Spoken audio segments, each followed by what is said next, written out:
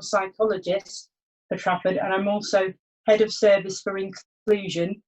So that means I manage obviously the educational psychology service, the EHC team, the sensory impairment service, and the sensory advisory service.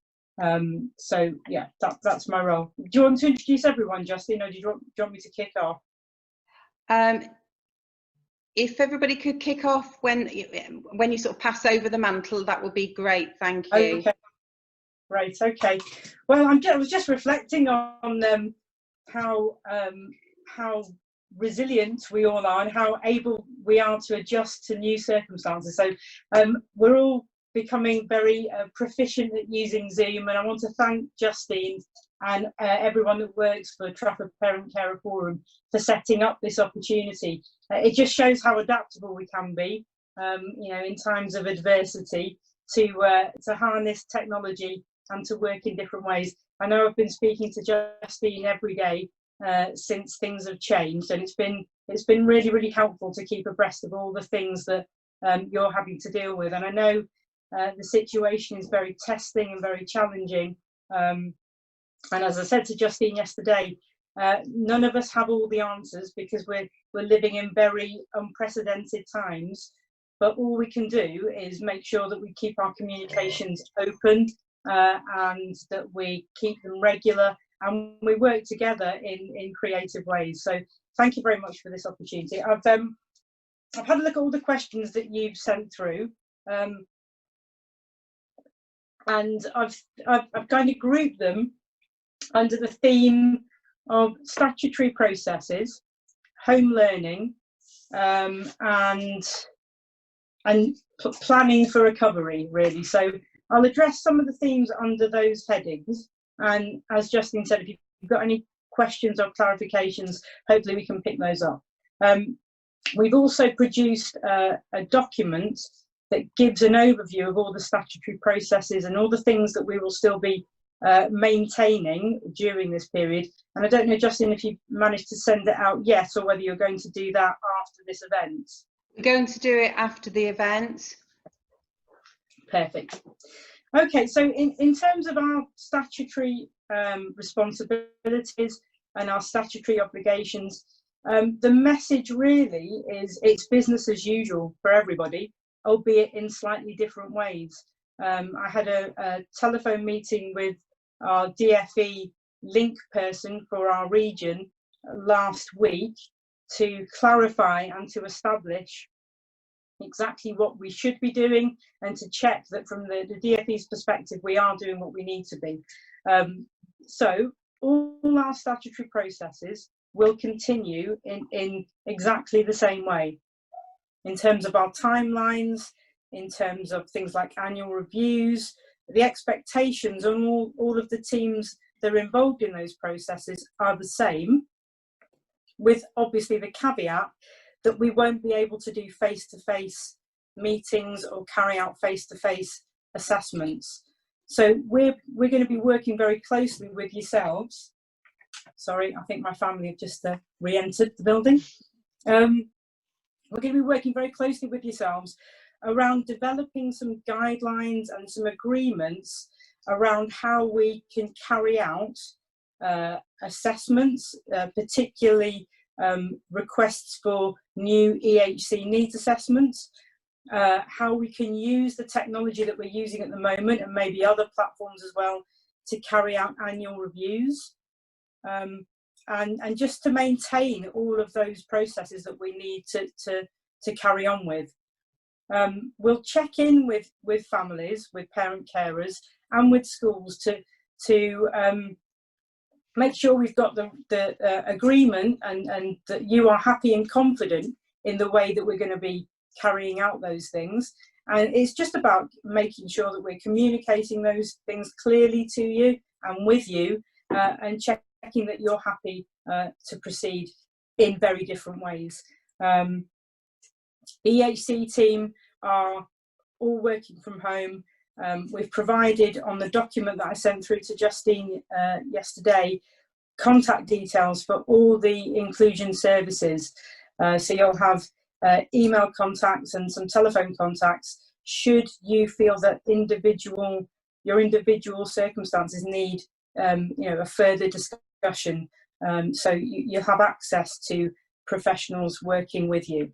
The second theme of home learning, I know, has become it can become quite stressful for families. I have regular contacts with all of the schools really in Trafford. Just to let you know that every school in Trafford has now been placed in a cluster, and each cluster has a local authority liaison officer, so that we're able to regularly communicate issues out to schools. And indeed, one of the issues that I picked up with Justine very early on was the sense that some parents were feeling a little overwhelmed and perhaps a bit under pressure in terms of having to deliver the curriculum. And we certainly got a message back from the head teacher leads of primary and secondary, to really give that message that in terms of what you're being asked to deliver, the expectations are not around delivering the full curriculum. This is not a case of elective home education.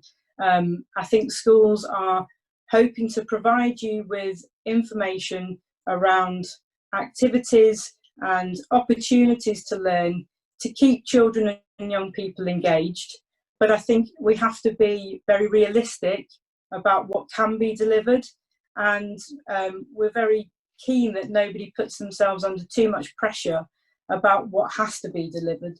So in terms of setting regular routines and having those things that enable life to carry on, routines are great, and they can provide some security and some predictability for children and young people.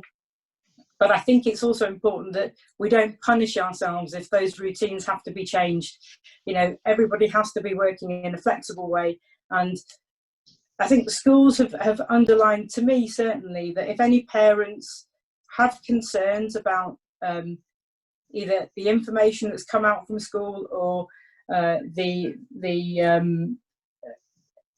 activities or curriculum tasks that have come out from school, if parents are concerned, please get back in touch with your SENCO about it and have a conversation with them, because they will be able to give you some very specific information about how best to support in those circumstances.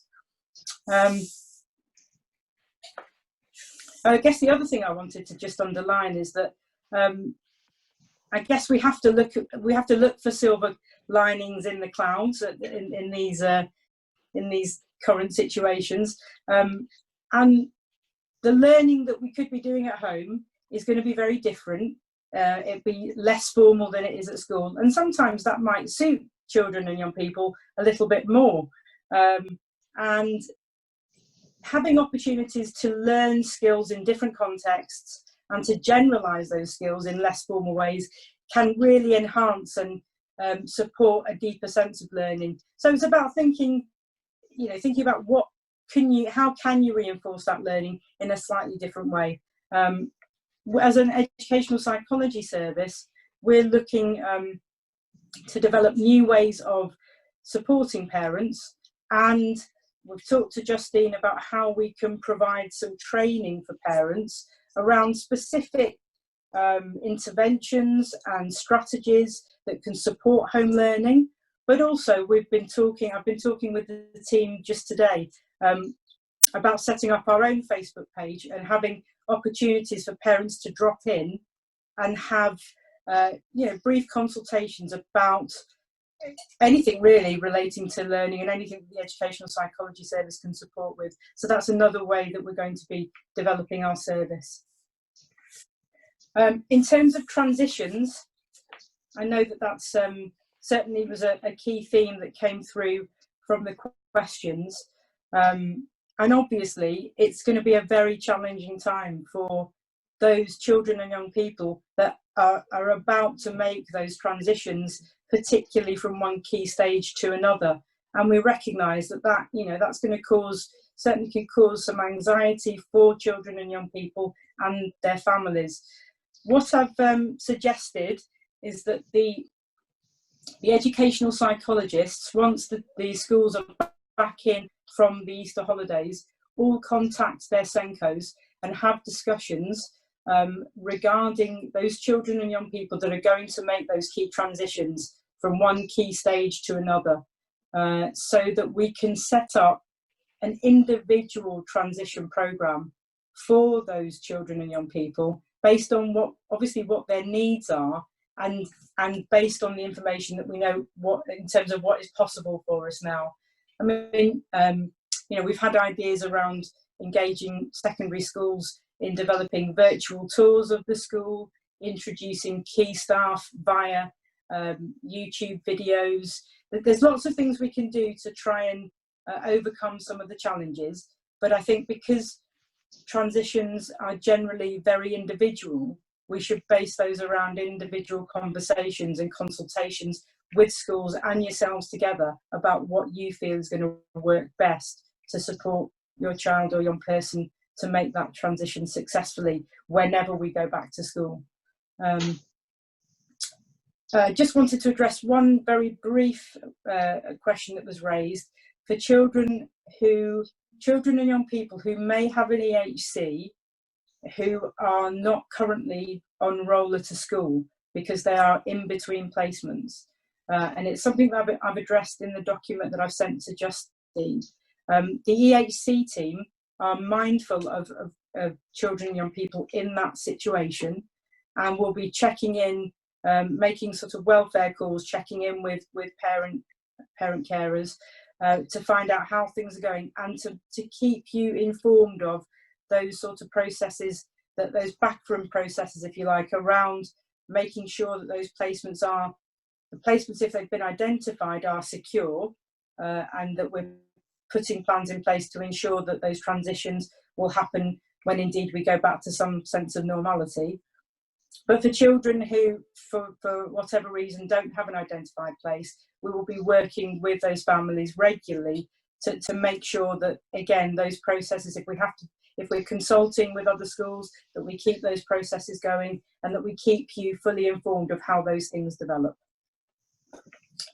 Okay, as I mentioned earlier, all the contact details for the Educational Psychology Service, the Sensory Impairment Team, the EHC team, and the SEN Advisory Service are all on the document that Justine will be able to send through to you, as well as the SENDIAS service and the Trafford Transport and Coordination Unit. The contact details for all of those services are on that document, so you can be kept in the loop and able to contact teams if you have a specific issue that you need to raise with them. Okay, I think that's all I had on my list. I don't know if anything's cropped up, Justine, as I've been talking. Okay, well, we do have a question. We do have a question, and it's with regard to it is with regard to a diagnosis from Manchester, but the school's in Trafford. So can they access services within Trafford? Sorry, you kind of cut out halfway. Right, okay. I heard about a diagnosis in Manchester. Is that right? Yes, but the school is in Trafford. Can they access services within Trafford? I'm not sure what services you'd be thinking of in terms of services that are specifically only accessed by. Is it a diagnosis of autism? I'm going to ask. Okay.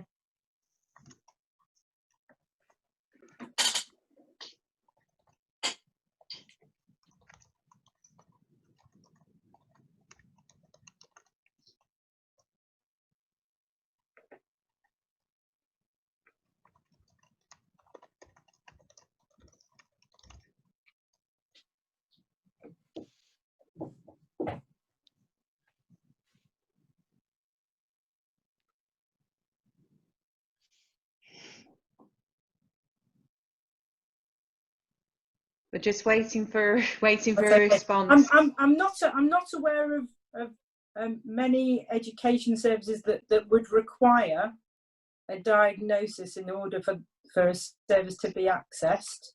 But if there's something specific, maybe we could pick that up outside this event.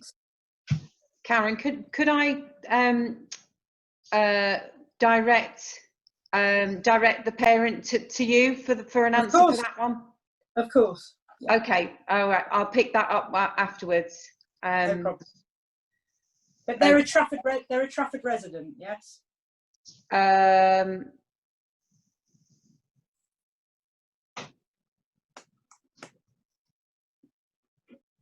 We can pick it up. Yeah. Okay. Yeah. Fine. Yeah. I'll. Okay. So we do have a clarification question. Mm-hmm.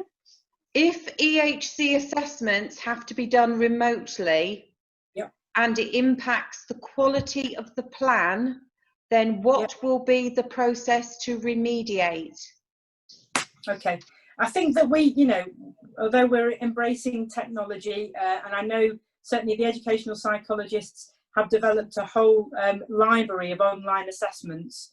I've just been talking to them today about those that are appropriate to be used online. I think we all have to be very clear that, of course, it changes the dynamic of an assessment, and we have to be just mindful that the information will be slightly different. We will be writing something that alludes to that as a paragraph in our advice, just to be clear that the information that was collected has been, during this period of social distancing, and should there be a requirement to update or, augment information following a return to normal circumstances, then we will do that as soon as we are back in, being able to operate face to face, and then we can just update that plan through an amendment. Okay, Karen, I've got one other question, one other sort of clarification. Yeah. Local speech and language services that are normally delivered during school, what resources are there for parents? Okay, I might have to sort of pass that across to Paula, because she'd be more informed, I think, about that. Okay. I don't really I don't manage the speech therapists, so I'm not sure about provision around speech therapy. Okay, we seem to have lost Paula. Oh no. Is she there? Well, if Paula's not around, I will find out. I know just through talking to the psychologist today that there was a Facebook live session that was delivered by the speech therapists this morning. I'm aware of that. So I'm aware that they are delivering online opportunities for parents. I'm not sure about how, if any therapists are delivering individual sessions as they would have done face to face, if they're using any virtual platforms to deliver that. But I can certainly follow that up with Paula and find out. That's great, fantastic. Okay. Thanks, Karen. Should we give Paula perhaps some time to come back? I know she was having problems with her connection. Should we go to Rick and ask about social care? Is that okay? Mm-hmm.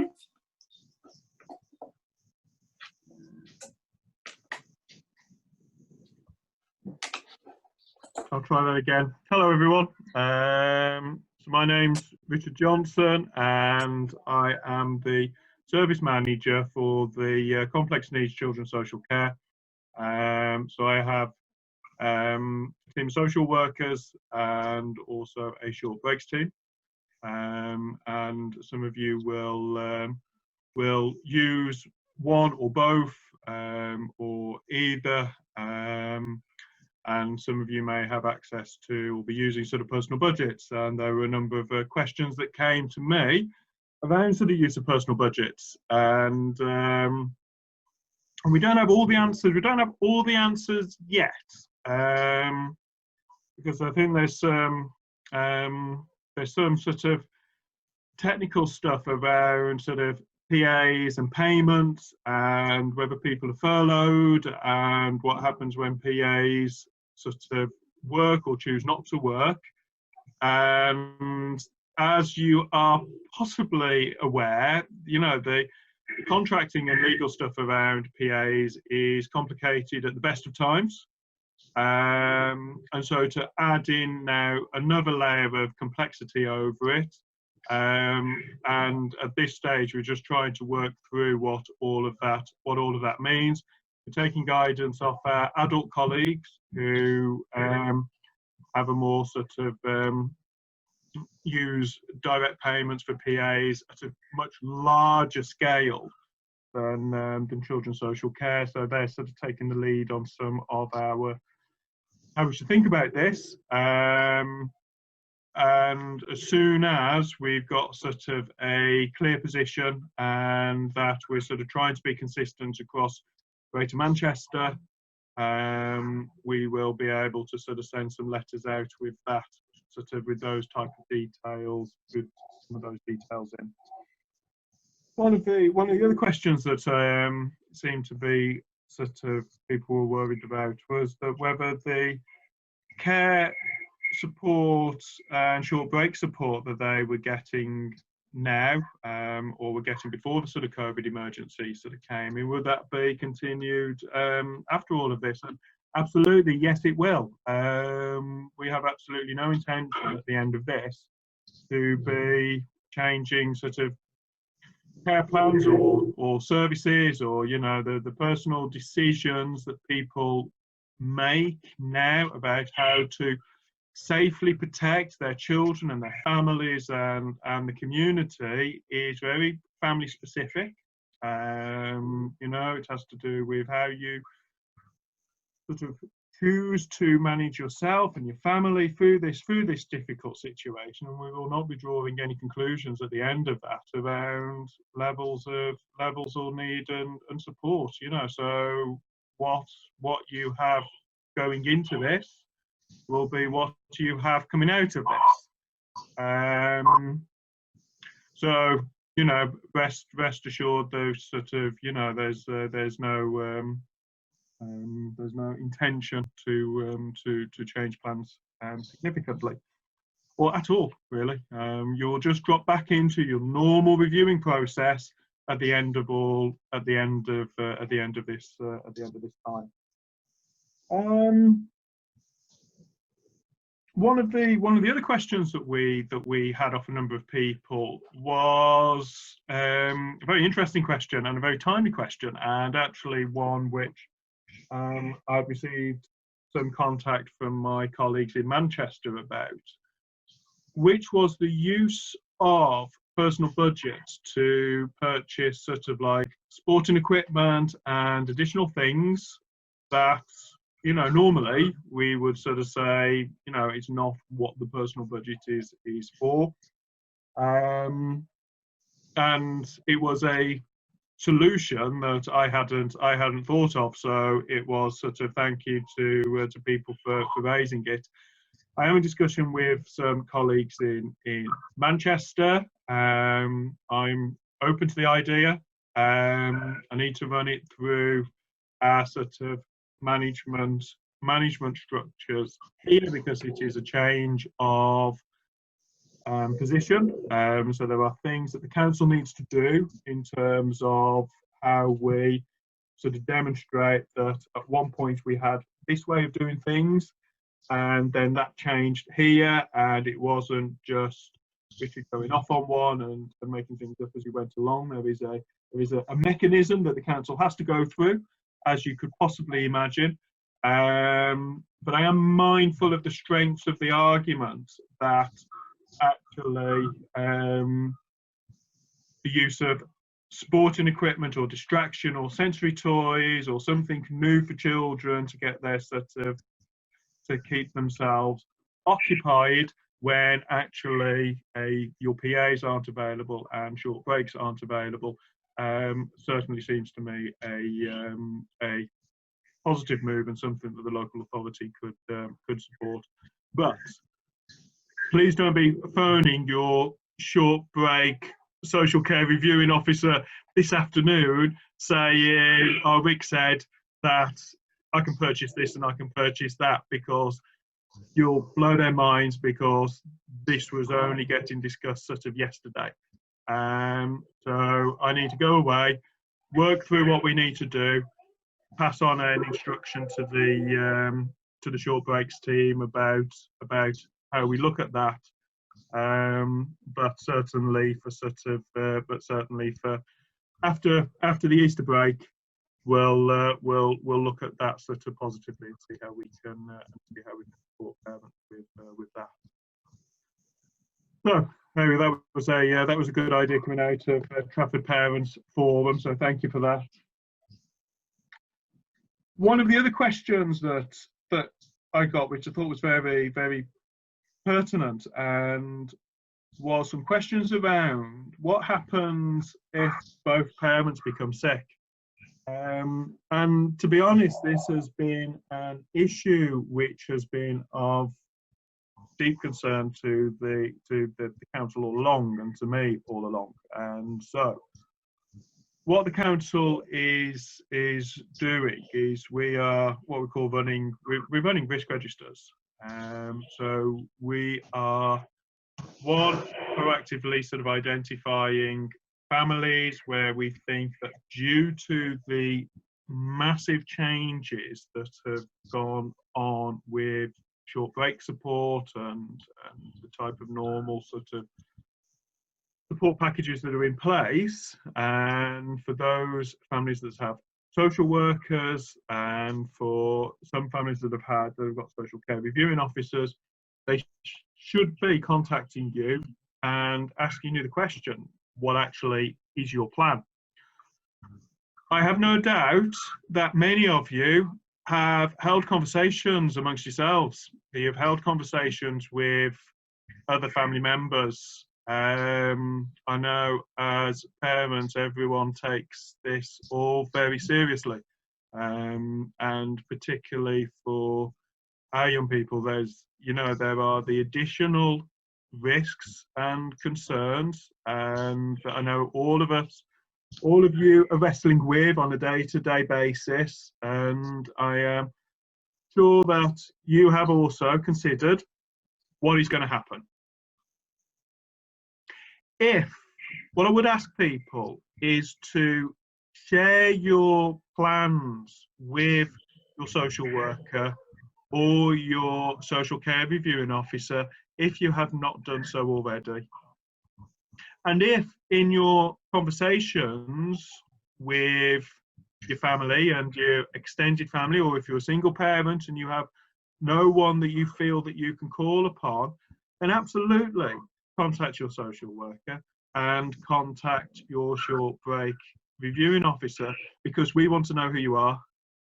Because if we know who you are and what your worries are and what your plan is, or if you've turned around and said, look, actually, I've thought about it and I can't think of a plan, then we need to know sort of who you are, where you are, what can we do if the worst comes to the worst, and actually, people are becoming hospitalised and are in hospital for 10, 15 days, because that actually causes, as you can imagine, an awful lot of anxiety. It causes an awful lot of anxiety for you. It causes a lot of anxiety for your children.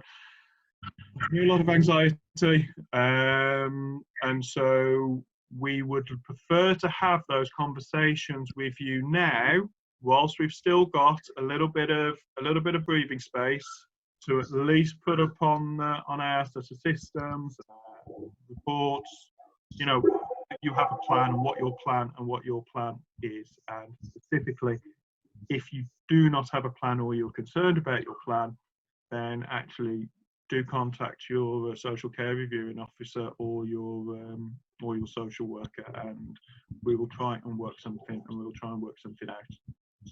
But better to know now than as you're sort of heading into hospital and calling us up and sort of saying that there's a problem. So that was one of the sort of, a couple of people had raised that. There was a few sort of more broad questions that sort of clearly interested around sort of the use of PAs in this period of time. Now, it is an interesting question about what ask can people make of their PAs, and how do they feel as and when PAs are available or not available. And this was some of the things that we were giving some thought about a couple of weeks ago, when all of this was starting to become very serious for us. Now, we've chosen to not do a blanket kind of sort of, right, no one is to use their PAs because of social distancing. However, what I would say to everyone is that everyone looks very carefully at the advice from the government, your own family circumstances, and think for yourselves what your family situation is, and if you are able and feel able to get by, and that the social isolation in your balance of risks, as we all make individually, but if you're feeling that on the balance of risks you will socially isolate in the full sense of the word as advised from the government, then absolutely, and you will have your package of care at the other end of this as is, and we will just, people have just dug deep and got through this. And some of those questions you're probably asking yourself is sort of like, what is sort of social activity? What is growth stuff for my child? What is my child going to a youth club because it's good for them? And we are looking to sort of, we are looking for, good normative kinds of experiences for our young people, and young people across the board are losing that. And some children understand why, and other children don't. But we're all kind of sort of having to deal with that and live with that in our own families. There will be some of you who are sort of like going, no, actually, ours is something different. This isn't just about my child trying to have the type of normal experiences that we would want children to have. This is actually my family under vast amounts of stress, huge amounts of pressures, because actually my child isn't in school very much. All the routines are breaking down and life is becoming really, really complicated. And that actually your PA is more of a lifeline to that, or your outreach worker, or your sort of, or whoever you've got in. Now, for me, that is then starting to move more into care than socialisation. And so within the bounds of the sort of the government advice, that actually, if you are in receipt of care, then actually that needs to continue. Now, there is of course a balance to be struck here, because your PA may also have their own considerations about this, because actually they've got their own family to think about, and they may well be sort of thinking to themselves, well, okay, look, I get that you're under pressure, but I myself don't want to come and provide care.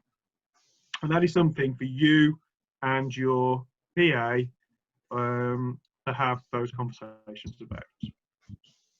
What I would suggest, though, is that you bring in your social care reviewing officer into these conversations if you are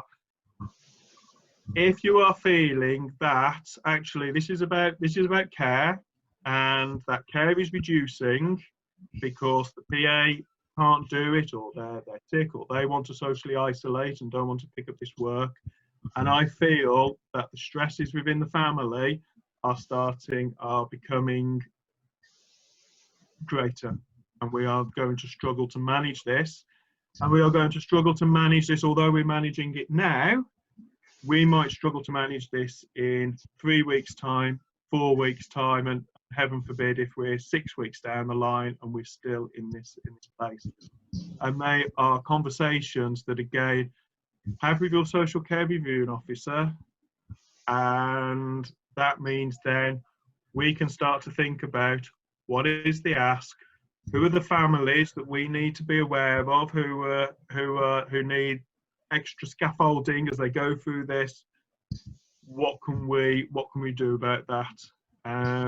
But we kind of need to know who you are, and we need to know who you are before it reaches a crisis. But their conversations, is difficult for us to just put a blanket letter out that just sort of says, you can have this, you can't have that. These are family discussions that you need to have.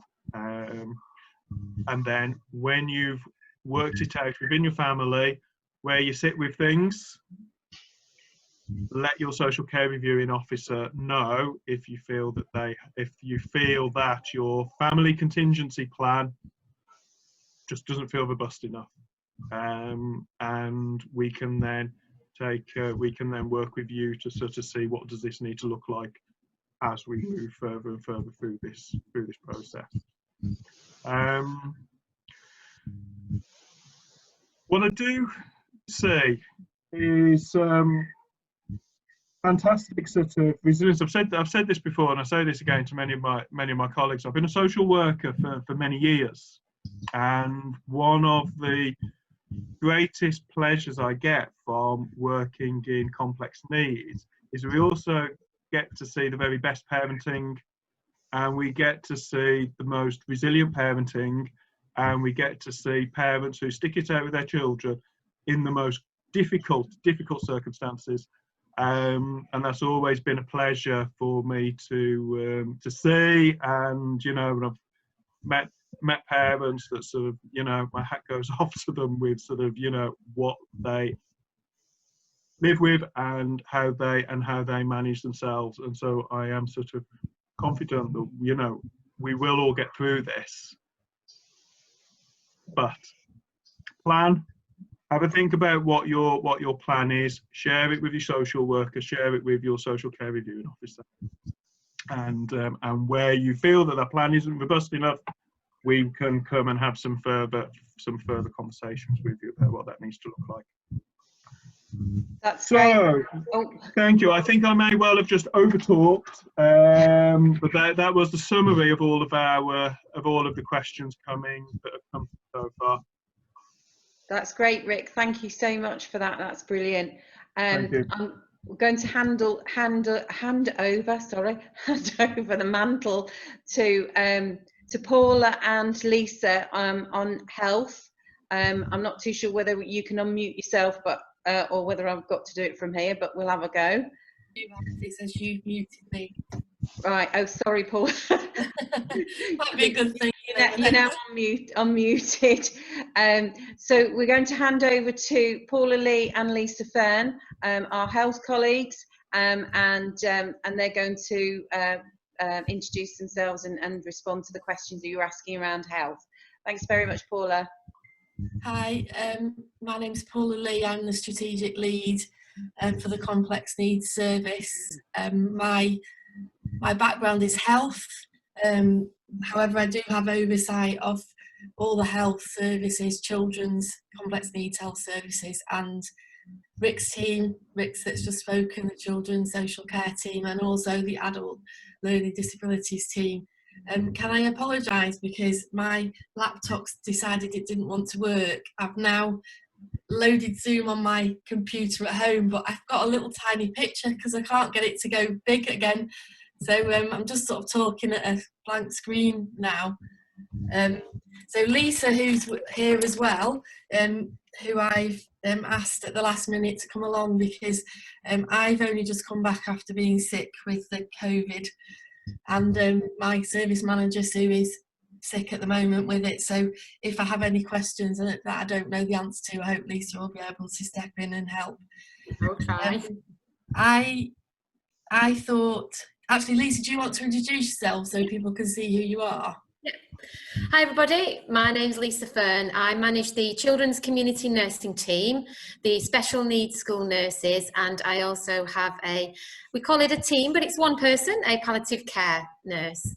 And so I have lots of different responsibilities throughout sort of health for a variety of children, some of which perhaps would never reach complex needs, some very sort of short-term healthcare needs, and we also provide lots of support for children and young people with complex health needs as well. And obviously with having the special needs school nurses, they also have input into the school health side of things, including education healthcare plans. So I'll do my best to answer any questions, and I'm here to pick up on anything else I can take back as well after the meeting if needed as well. Right, so I'm not fully sure what everyone else did because I only got sort of halfway through Karen's presentation. There were one or two specific questions in the questions that I shared with, but I was going to start by just giving a bit of an overview of what's happening in the health services. We're a bit different than the council services because predominantly our staff are all still in working within the offices.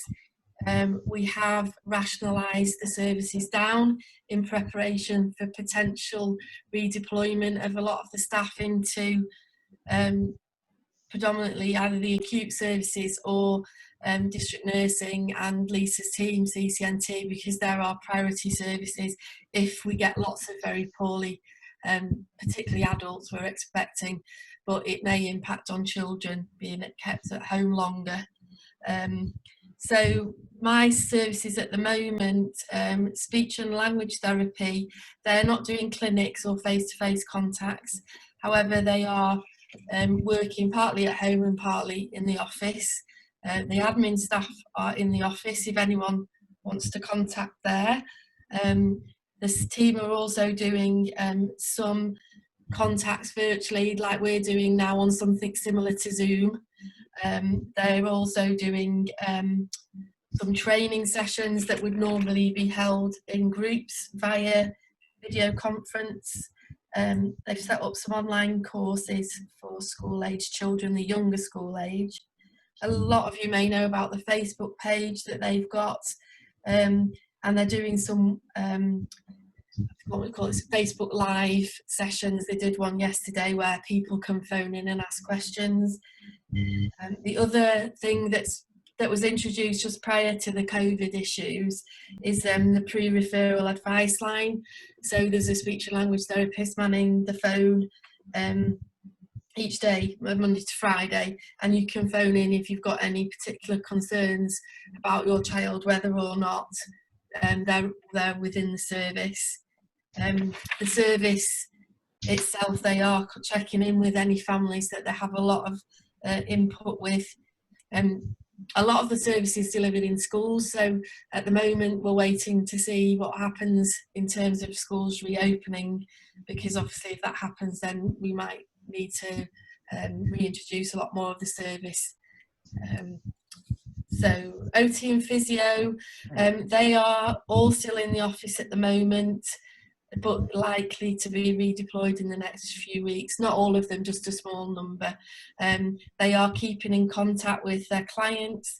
I should have said this, but everybody that's either waiting for an appointment or has been referred either will have already or will be about to receive a letter from Complex Needs that will have all the contact numbers for the variety of services.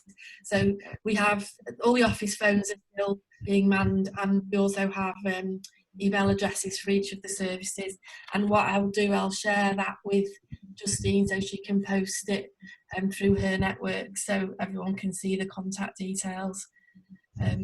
So yeah, O2 and Physio reduce down the services. They will have the potential to see anybody if there's any particular urgent issue. So don't be afraid to phone if you've got any concerns.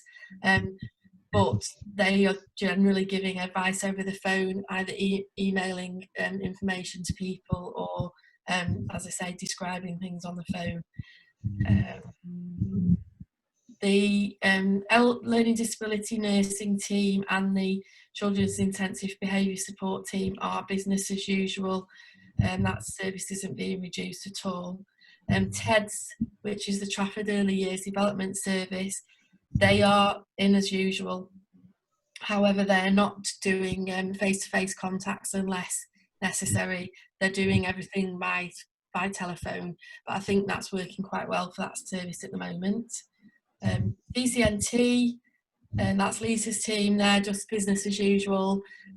We are redeploying some staff who are paediatric nurses into that team because mainly in case we get any sickness in the service. So we're training up staff who have previously done this kind of work to be available if needed. Community paediatrics, they have cancelled clinics. I didn't mention this, but the National Health England has given guidance as to which services should remain and which should be cancelled or reduced, and which areas we are to continue as essential or not. So that was the guidance that the clinics should, face-to-face clinics should be ceased at the moment. However, we are planning to reintroduce the clinics on the 20th, not as face-to-face clinics, but either via virtual, like we're doing now, or by telephone, because we don't want to have huge waiting lists or, you know, make people wait any longer than they can. And the safeguarding part of this community paediatrics continues as normal. Have I missed? The ADHD and the ND pathways have been continuing to run. The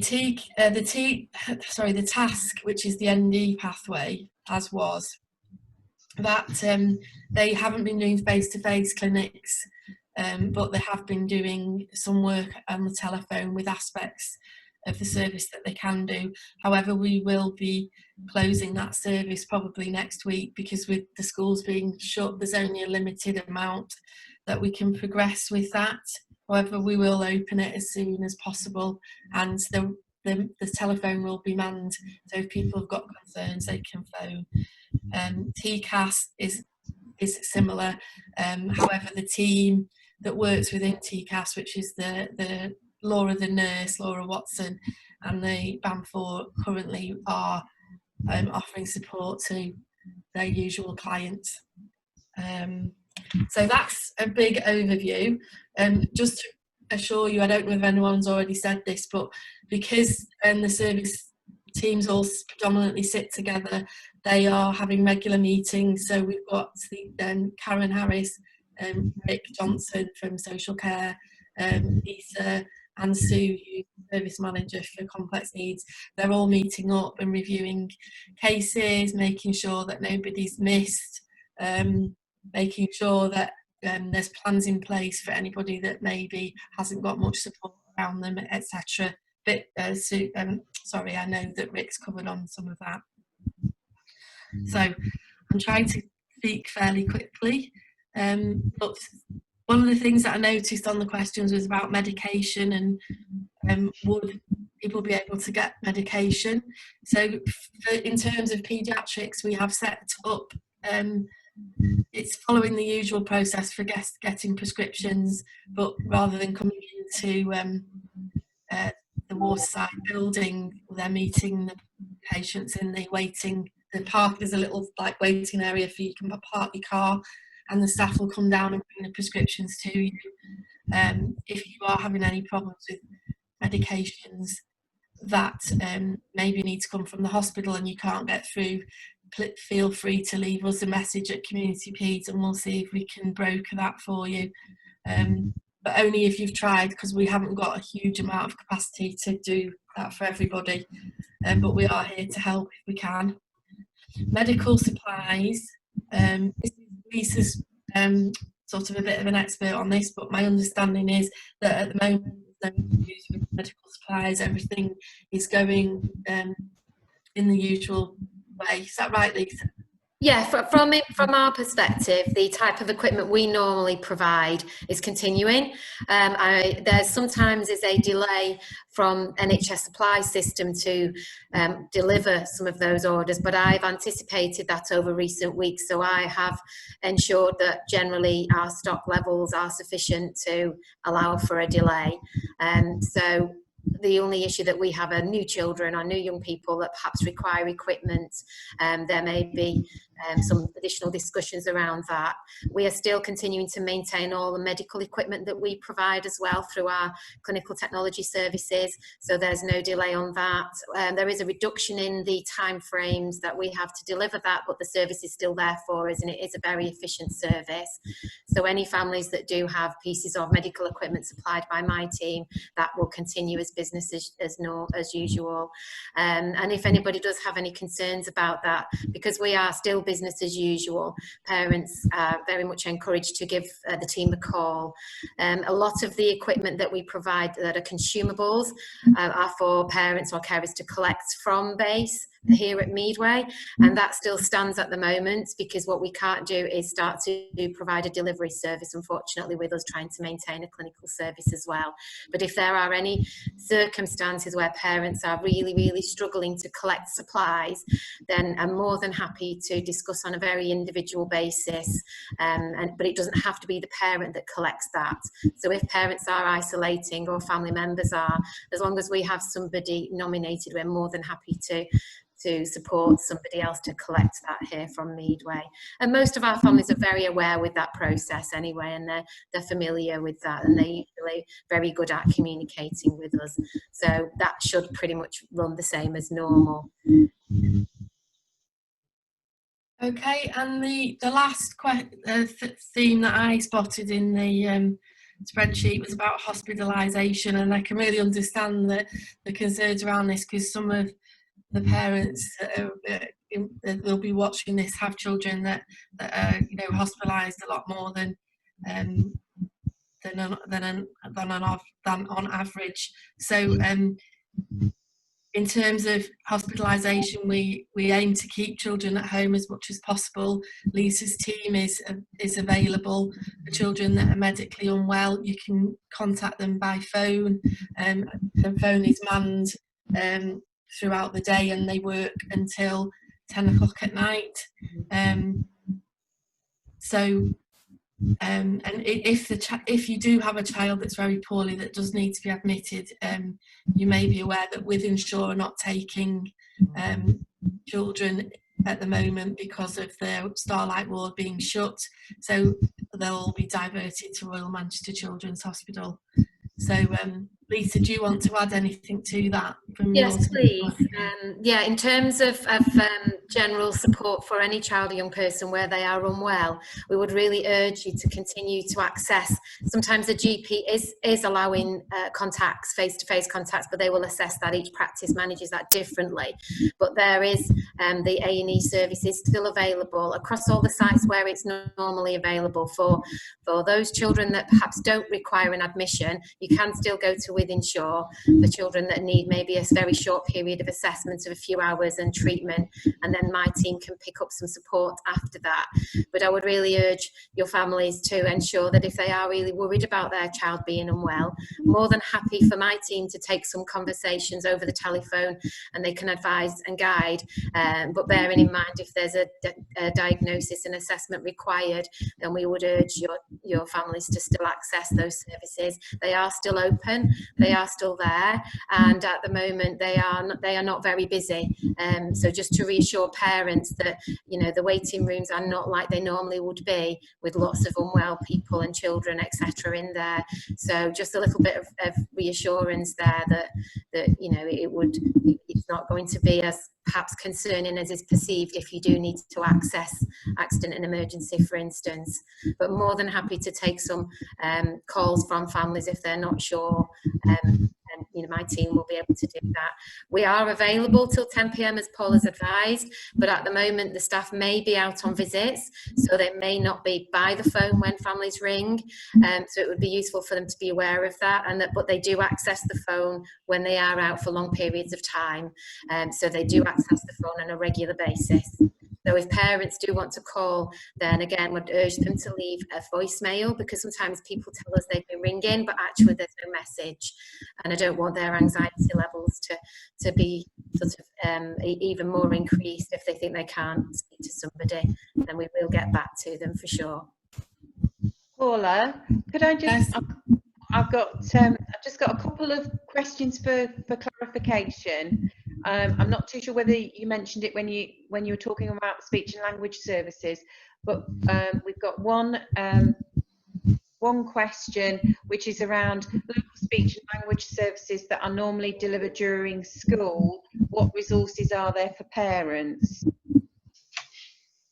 In terms of them to continue the work at home, you mean, that they've been doing in school? Yes, I think so, Paul. I think that is, you know. I'm not an expert on speech. I'm not a speech and language therapist, but I'm sure that they have lots of resources that they could share by email or post out to people. So is that something that's specific to one person?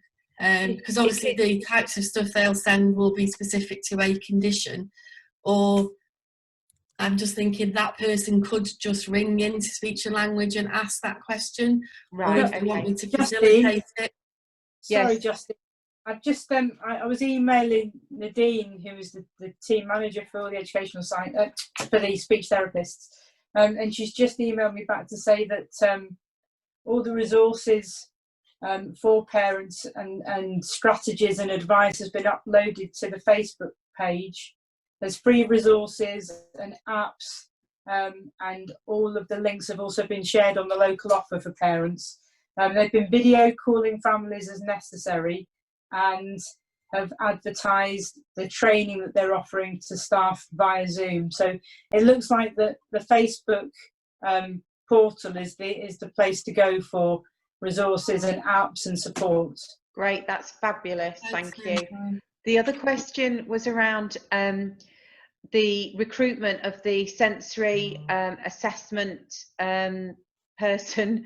Has that been halted? No, the person has been recruited. However, they're not in the country, so they are not going to be able to start at the moment, unfortunately. They're a very, very good candidate, but yeah, so we were restricted by the fact that they can't travel. Okay, so what if a family has been sort of halfway through an assessment via Manchester? Will it continue through by Manchester, or will it be deferred then to when the new person starts? I can't speak for Manchester, and I think if the way we work, it's by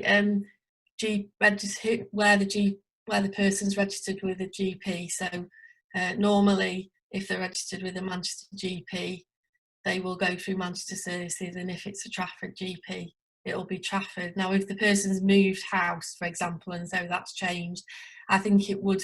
I couldn't answer whether Manchester would continue, because obviously I don't manage the Manchester services, but I would hope they might finish the treatment.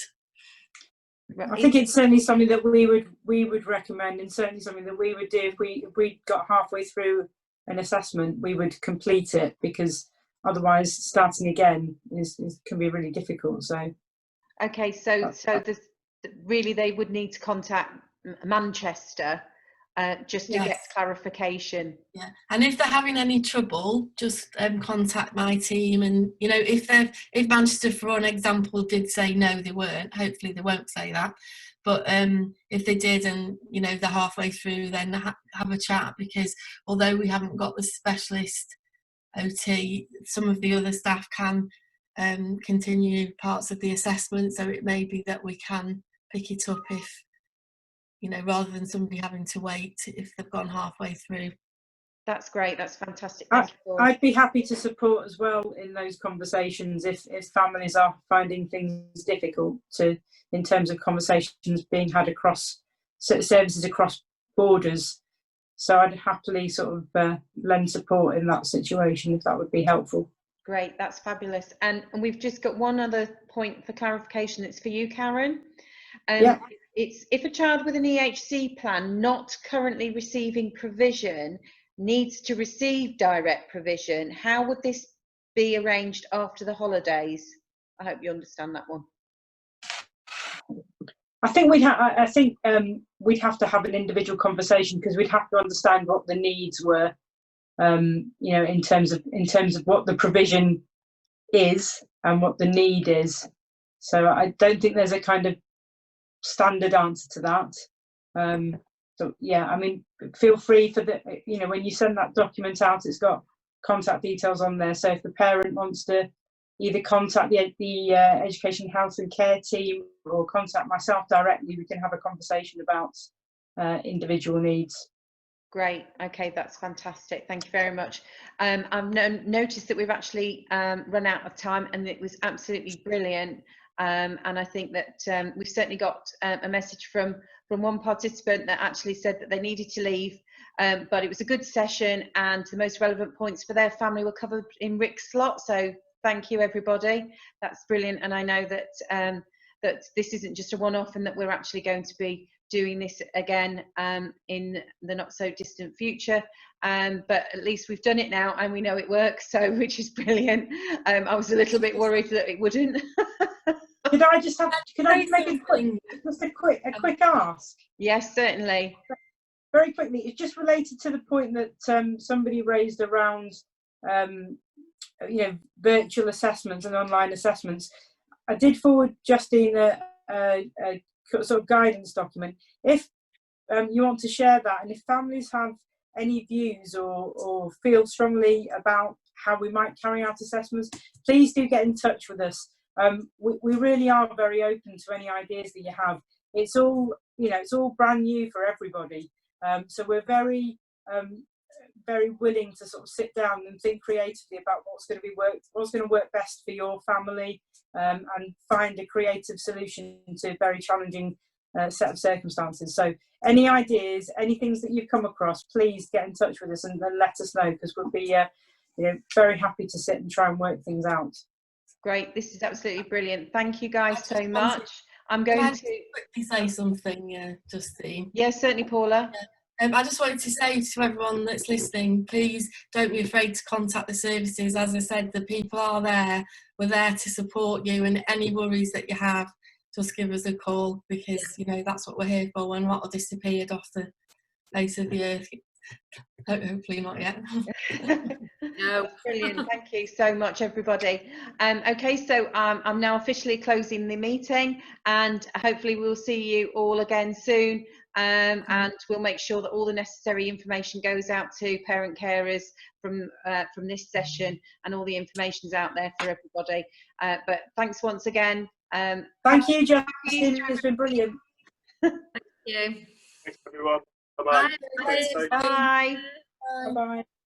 Don't want to go.